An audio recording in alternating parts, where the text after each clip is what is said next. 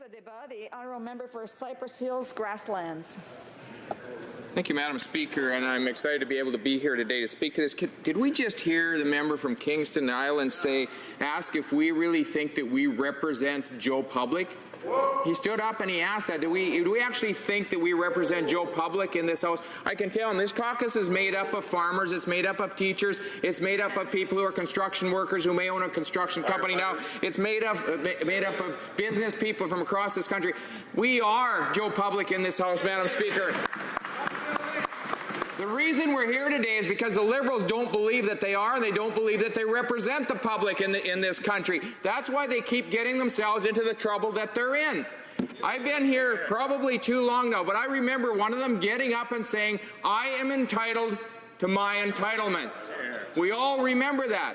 And unfortunately, or fortunately, that in the end cost that government their position. They had to move over here.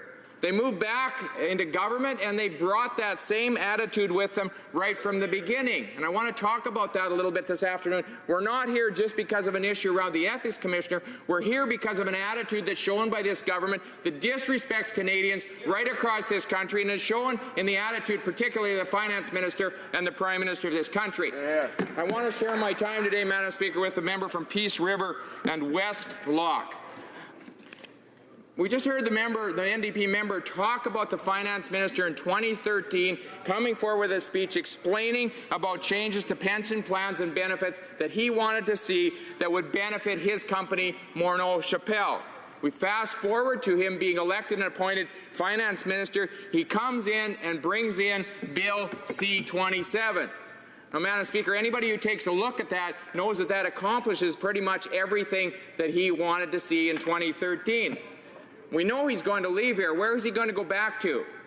It actually doesn't make that much difference if his interests are in a blind trust right now or not, because he's taking care of them from here. And that is the problem of what is going on here, because, Madam Speaker, that is the heartbeat of a Liberal right there. And that's why we're here today, not just because of that one issue around ethics, but because of an attitude that this government has had right from day one.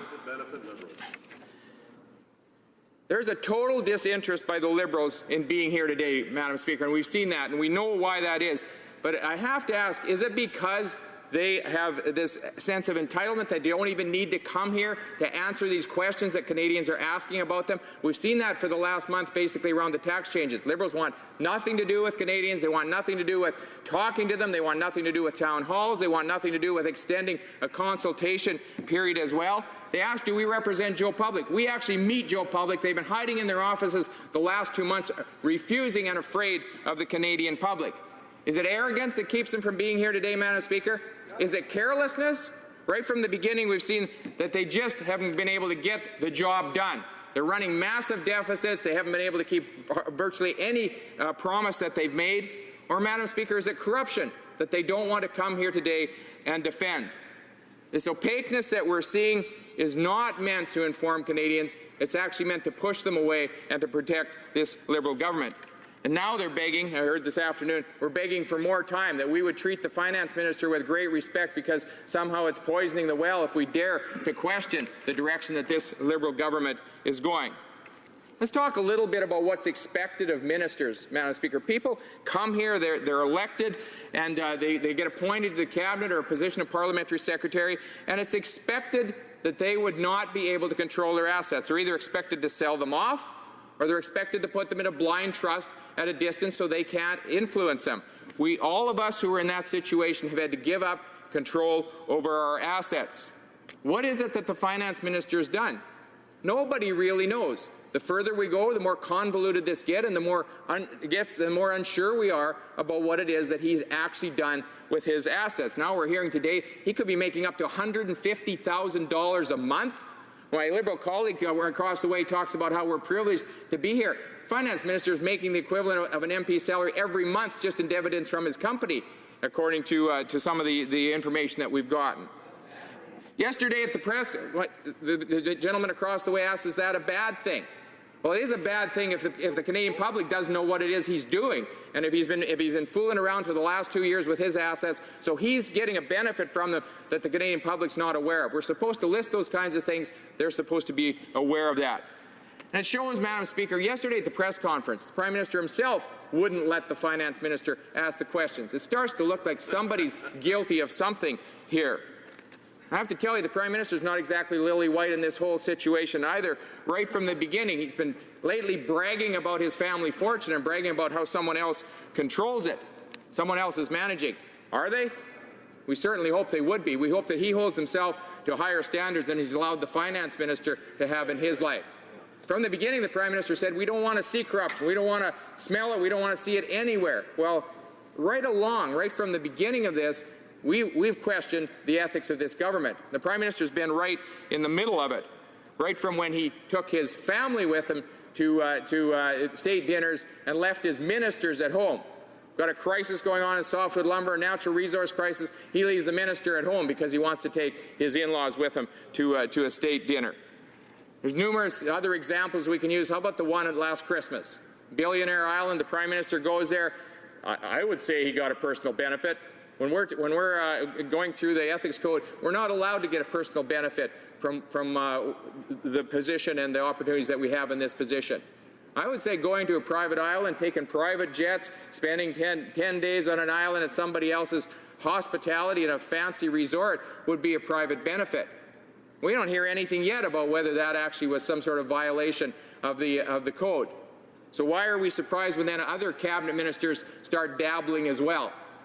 Man, we could talk about office renos and the cost of office renos that new ministers have just decided they're going to spend $600,000, $800,000 on an office renovation. It doesn't matter because the whole atmosphere is being set by the Prime Minister and his Finance Minister in this government. He claimed, the Prime Minister claimed that they were going to be clean and accountable, and Madam Speaker, we're just not seeing that.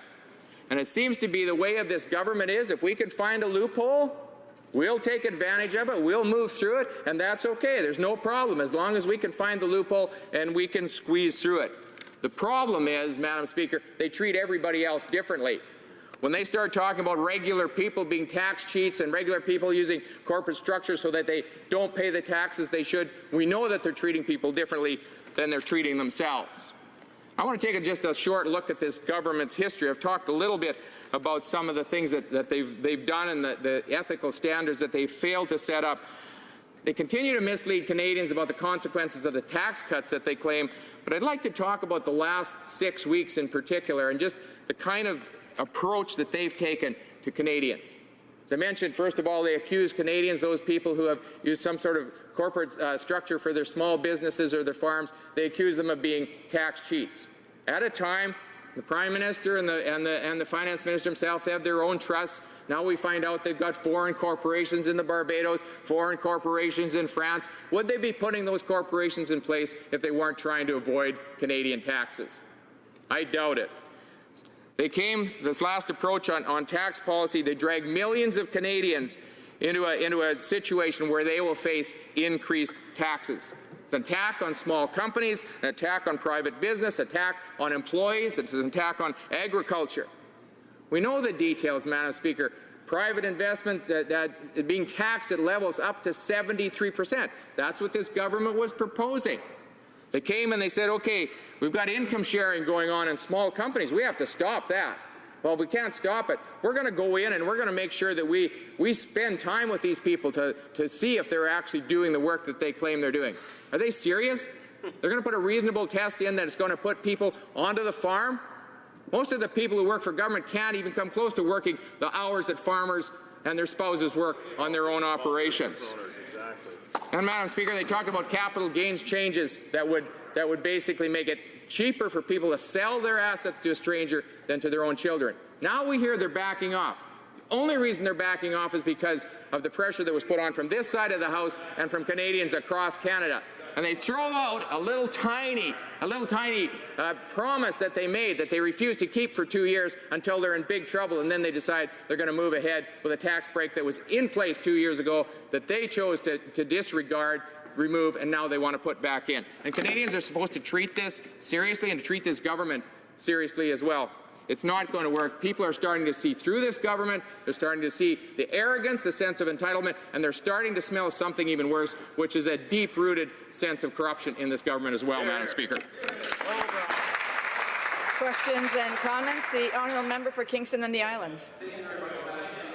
You know, I wasn't going to follow up on this. The member from Timmins, James Bay, I took a shot at him. He took one back at me. I respected that. But, you know, given that the member who just spoke also brought it up, perhaps I'll try again to say what I had already said the first time, and maybe that the members opposite could listen to me this time, Madam Speaker. The member from Timmins, James Bay, referred to himself as Joe Public. He referred to himself as the little guy. And what I was saying, Madam Speaker, is despite the fact that he might come... The honourable member for Timmins, James Bay.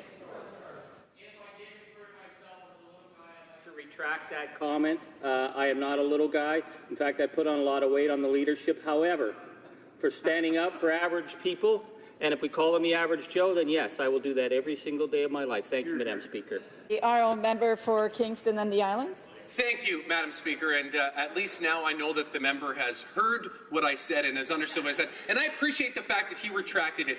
I'm sure that he does come here with the best intentions, as we all do, to represent everybody. But to suggest, Madam Speaker, that we are the little guy, I think is extremely disingenuous. The honourable member for the Grassland, Cypress Hills and Grasslands. Well, I don't know what palace he comes from, Madam Speaker, but I can tell you I come from an average family farm in southwestern Saskatchewan. My grandfather and his brother came here and homesteaded. My father and uncle farmed together. I farmed with them. I would call that a pretty average Canadian.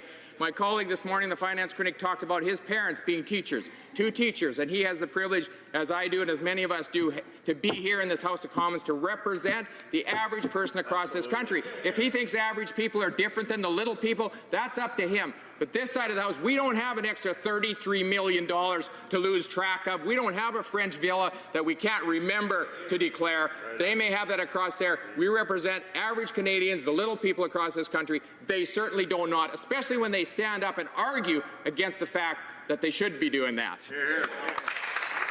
Questions and comments? The honourable member for Timmins, James Bay. Thank you. I'd like to follow up with my honourable colleague, because I think this fundamental question about who we represent, to me, is at the heart of what parliamentary democracy should be. If we call this the House of Commons, this should be the House of the common people. But we've been told by the Liberals that we're being somehow mean because people who forget that they own French villas, you know, that we're supposed to be in solidarity with them because of our paychecks, that this is somehow, you know, the rich boys club.